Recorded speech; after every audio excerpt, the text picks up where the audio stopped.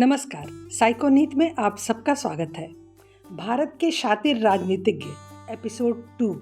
इसमें आज की खिलाड़ी हैं आयरन लेडी इंदिरा गांधी। इंदिरा गांधी नाम सुनते ही दिमाग में एक ऐसी शेरनी की छवि आती है जिसने राजनीति के जंगल में सबको अपनी चालों से चौंका दिया।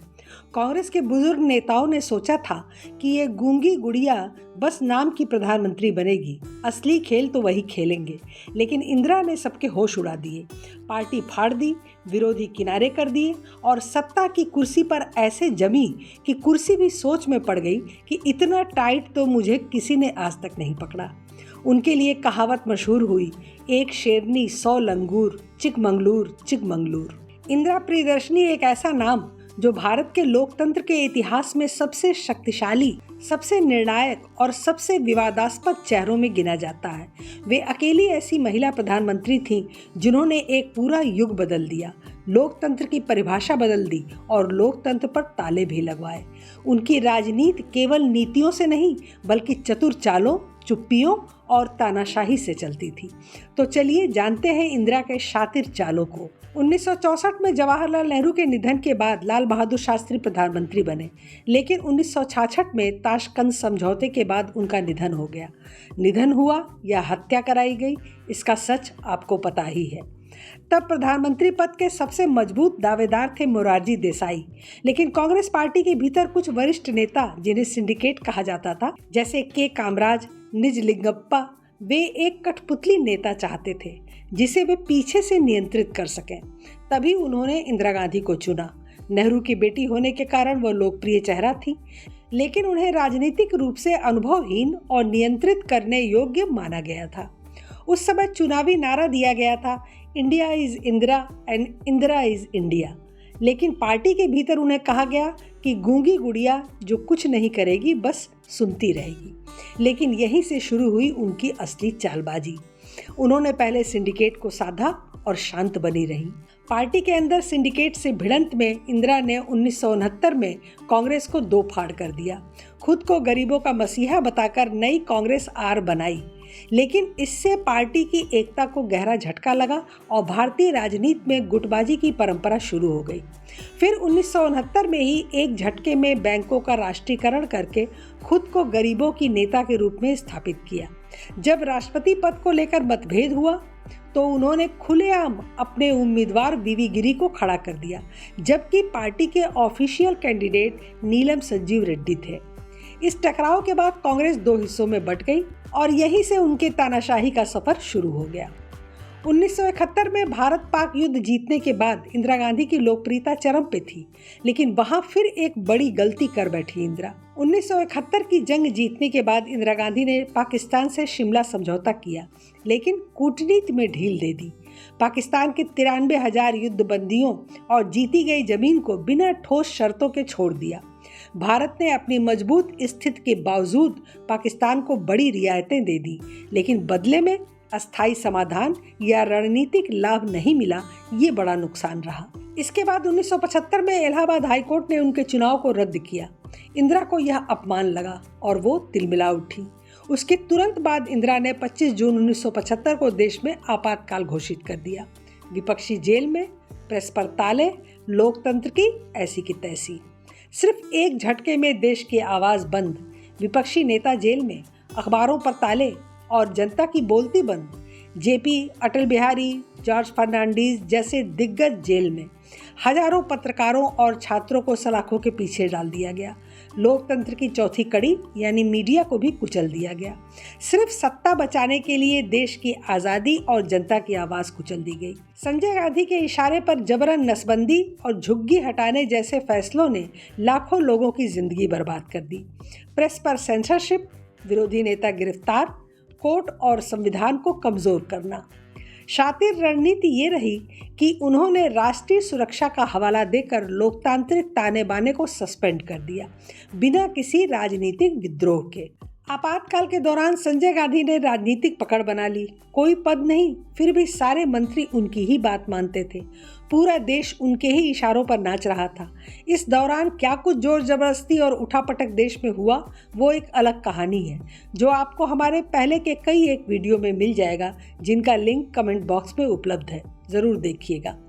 इस शातिर रणनीति का परिणाम इंदिरा ने सत्ता को परिवार में केंद्रीकृत किया, जो आज की वंशवादी राजनीति की जड़ मानी जाती है। यहीं से तय हुआ कि कांग्रेस में परिवारवाद ही चलेगा। इंदिरा गांधी ने बहुत सी बड़ी राजनीतिक गलतियां की जिन्होंने देश को हिला दिया। 1959 में चुनी हुई केरल सरकार को बर्खास्त करवा दिया, जिससे केंद्र सरकार की दखलंदाजी और लोकतंत्र पर बहुत सवाल उठे। सुप्रीम कोर्ट के सीनियर जजों को दरकिनार कर अपने पसंदीदा जज को चीफ जस्टिस बना दिया, जिससे न्यायपालिका की स्वतंत्रता पर गहरा आघात पहुंचा। बांग्लादेश युद्ध के बाद नॉर्थ ईस्ट के चिकन नेक यानी सिलीगुड़ी कॉरिडोर को सुरक्षित करने का मौका गंवा दिया, जिससे आज भी भारत की सुरक्षा पर खतरा बना रहता है। इंदिरा गांधी पर जब भी आरोप लगे उनका जवाब बड़ा तगड़ा था। अगर मैं हर आरोप का जवाब देने बैठ जाऊं तो और कुछ कर ही नहीं पाऊंगी। कोर्ट के फैसले के बाद भी इस्तीफा नहीं दिया। पार्टी और समर्थकों को साथ लेकर डटी रही। मतलब वो मान बैठी थी कि India is Indira and Indira is India. उनसे ऊपर भारत में कुछ भी नहीं है, न संविधान, न न्यायपालिका, न जनता।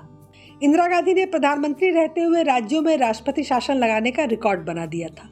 उन्होंने अपने करीब 16 साल के कार्यकाल में 50 से भी ज़्यादा बार चुनी हुई राज्य सरकारों को बर्खास्त कर राष्ट्रपति शासन लागू किया। आपातकाल के बाद जब इंदिरा गांधी दोबारा सत्ता में लौटी तो एक ही झटके में 9 राज्यों की सरकारें गिरा दी और राष्ट्रपति शासन लगा दिया। विपक्षी राज्यों या अपने खिलाफ बोलने वाले मुख्यमंत्रियों को हटाने के लिए भी उन्होंने इस प्रावधान का खूब इस्तेमाल किया। यह लोकतंत्र के लिए बड़ा खतरा और उनकी तानाशाही प्रवृत्ति का सबसे बड़ा उदाहरण है।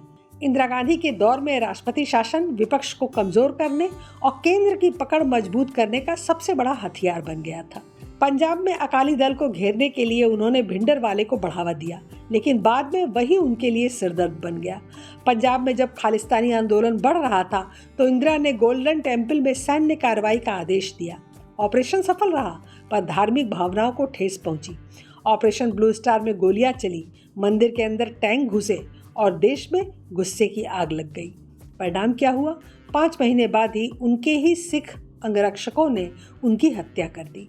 इंदिरा की निजी जिंदगी भी किसी राजनीतिक चाल से कम नहीं थी, जहां रिश्तों के समीकरण भी सत्ता के खेल जितने ही जटिल थे।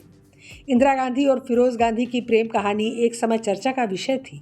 यह विवाह पारंपरिक और राजनीतिक दोनों रूप से चर्चित रहा, लेकिन जल्द ही इसमें खटास आ गई। शादी के कुछ वर्षों के भीतर ही दोनों के बीच दूरियां बढ़ने लगी। इंदिरा ने सत्ता की सीढ़ियों की ओर रुख किया, जबकि फिरोज गांधी संसद में एक स्वतंत्र आवाज बने रहे, जो कई बार नेहरू सरकार की आलोचना भी करते थे। कुछ ही समय बाद दोनों अलग अलग रहने लगे और फिर फिरोज गांधी की मृत्यु तक में इंदिरा गांधी या उनके परिवार से कोई शामिल नहीं हुआ। धीरेन्द्र ब्रह्मचारी इंदिरा गांधी के बहुत नज़दीक माने जाते थे। वे केवल उनके योग गुरु नहीं थे, बल्कि वो अक्सर प्रधानमंत्री निवास में देखे जाते थे। यहाँ तक कि मंत्रियों के विभाग बदलवाने और अफसरों के ट्रांसफर तक में उनकी चलती थी। कई किताबों में उन्हें भारत का रासपुतिन कहा गया, एक ऐसा रहस्यमयी शख्स जिसका सत्ता के गलियारों में जबरदस्त दबदबा था। राजनीतिक गलियारों में चर्चा आम थी कि धीरेन्द्र ब्रह्मचारी इंदिरा गांधी के बेहद करीब थे, इतने कि उनका गुरु होना महज एक उपमा लगती थी। उन्होंने न सिर्फ इंदिरा को योग सिखाया, बल्कि सत्ता के भीतर एक अघोषित भूमिका भी निभाई। अफसरशाही से लेकर रक्षा सौदों तक उनके असर की कहानियां दबी जुबान में कही जाती हैं। इंदिरा गांधी की निजी जिंदगी का एक और शातिर पहलू था अपने बेटे संजय गांधी को राजनीति में उतारना। आपातकाल के समय जिस तरह संजय गांधी को अधिकार दिए गए और सरकार के अंदर उनका दखल रहा, वह बताता है कि इंदिरा ने कैसे निजी रिश्तों को भी सत्ता विस्तार के साधन के रूप में इस्तेमाल किया। राजनीति में होते हुए इंदिरा गांधी का नाम कई अन्य लोगों के साथ जोड़ा गया, कभी अफवाहों में तो कभी अंदरूनी हलचलों में। यह स्पष्ट है कि उनका जीवन केवल एक राजनेता का नहीं था, बल्कि एक ऐसी स्त्री का भी था जो सत्ता, छवि और निजी समीकरणों को बड़ी चतुराई से साधती रही। और अंत में एक मनोवैज्ञानिक विश्लेषण भी। कुछ दिन पूर्व अपनी नई फिल्म इमरजेंसी में इंदिरा गांधी की भूमिका निभा रही कंगना रनौत ने कहा कि इंदिरा गांधी उतनी शक्तिशाली नहीं थी जितनी उन्होंने सोचा था, बल्कि वो एक कमज़ोर और खुद के बारे में अनिश्चित महिला थी। प्रश्न उठता है कि क्या इंदिरा गांधी भीतर से कमज़ोर थी? मनोविज्ञान कहता है कि आप जितने कमज़ोर होंगे उतना ही अधिक नियंत्रण आप चाहेंगे। यह वाक्य केवल सत्ता के बारे में नहीं, सुरक्षा, पहचान और भय की भी कहानी है। इंदिरा गांधी का बचपन अकेलेपन से भरा था। उनके पिता नेहरू अक्सर राजनीतिक यात्राओं में रहते थे और माँ कमला नेहरू बीमार रहती थी। ऐसा उन्होंने खुद लिखा था, जिस कारण उन्हें वो सानिध्य परिवार का नहीं मिल सका जो आमतौर पर बच्चों को मिलता है। यह बचपन उन्हें इमोशनली सेल्फ रिलायंट तो बनाता है, पर अंदर एक असुरक्षा और भय भी भर देता है। इससे निपटने के लिए सब कुछ कंट्रोल में रखने और ज़्यादा पावर हासिल करने की भावना पैदा होती है। आपातकाल लगाना, अखबारों पर सेंसरशिप, विरोधियों की गिरफ्तारी, कोर्ट के आदेशों की अनदेखी, संजय गांधी को शैडो पावर देना, धीरेन्द्र ब्रह्मचारी को घर और राजनीति में पावर देना, ये सब क्या केवल राजनीतिक निर्णय थे या कहीं गहराई में यह असुरक्षा का इलाज था?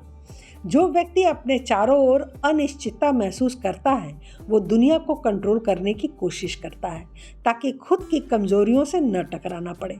यह एक मनोवैज्ञानिक सत्य है। इंदिरा को धीरे धीरे यह यकीन हो गया था कि उनके बिना भारत बिखर जाएगा। यह विश्वास अक्सर उन लोगों में आता है जो भीतर से खुद को टूटता हुआ महसूस करते हैं और दुनिया को बचाना एक तरह से अपनी अस्थिरता से बचने का तरीका बन जाता है। ये सोच उन्हें अथॉरिटेरियन बनाती है क्योंकि उनके कार्यों या निर्णयों पर असहमति उन्हें अपने अस्तित्व पर हमला लगता था। किसी का इनकार उन्हें बेइज्जती या अपना कद छोटा होना जैसा लगता था। इंदिरा ने संजय गांधी को सत्ता में लाना चाहा बिना किसी औपचारिक जिम्मेदारी के, शायद इसलिए क्योंकि वो अपने सबसे निजी घेरे में सुरक्षा चाहती थी। एक ऐसा सुरक्षा कवच जो सार्वजनिक आलोचना से बचे। कमजोर व्यक्ति बाहरी दुनिया पर विश्वास नहीं करता, इसलिए वह सत्ता को परिवार तक सीमित करता है क्योंकि दुनिया की आलोचना झेलना उनके वश में नहीं होता। इंदिरा गांधी कठोर निर्णय लेने वाली थी, लेकिन वे भीतर से सुरक्षित नहीं थी और जब व्यक्ति अंदर से सुरक्षित महसूस नहीं करता तो वह आत्मनियंत्रण और बाहरी नियंत्रण को साधन बना लेता है। इसलिए उनकी सत्ता लोलुपता एक मानसिक रक्षा प्रणाली थी। वह अपने डर, अकेलेपन और असुरक्षा पर काबू पाने के लिए भारत की सबसे ताकतवर नेता बन गई। इससे साबित होता है कि कंगना रनौत ने कुछ भी गलत नहीं कहा, बल्कि वो एक ऐसा सच है जिसे बहुत कम लोग जानते हैं। इंदिरा गांधी के हर कदम में सत्ता की चतुराई, चालाकी और तड़का साफ दिखता है। यही वजह है कि आज भी उनका नाम सुनते ही राजनीति में हलचल मच जाती है। इंदिरा गांधी ने राजनीति में जो खेल खेले वो जितने चौंकाने वाले थे उतने ही विवादित भी। सत्ता के लिए पार्टी तोड़ दी, लोकतंत्र को बंधक बना लिया, विरोधियों को जेल में डाल दिया और अपने फैसलों से देश को कई बार संकट में खड़ा किया। लेकिन एक बात तय है, इंदिरा गांधी जैसी शातिर और मास्टरमाइंड नेता भारतीय राजनीति में बहुत कम ही हुए हैं और शायद बहुत कम हो सकते हैं। फिलहाल आज के लिए बस इतना ही। हमारे चैनल को सब्सक्राइब करें, लाइक करें और शेयर करें और इंतज़ार करें हमारे अगले एपिसोड का। धन्यवाद। नमस्कार।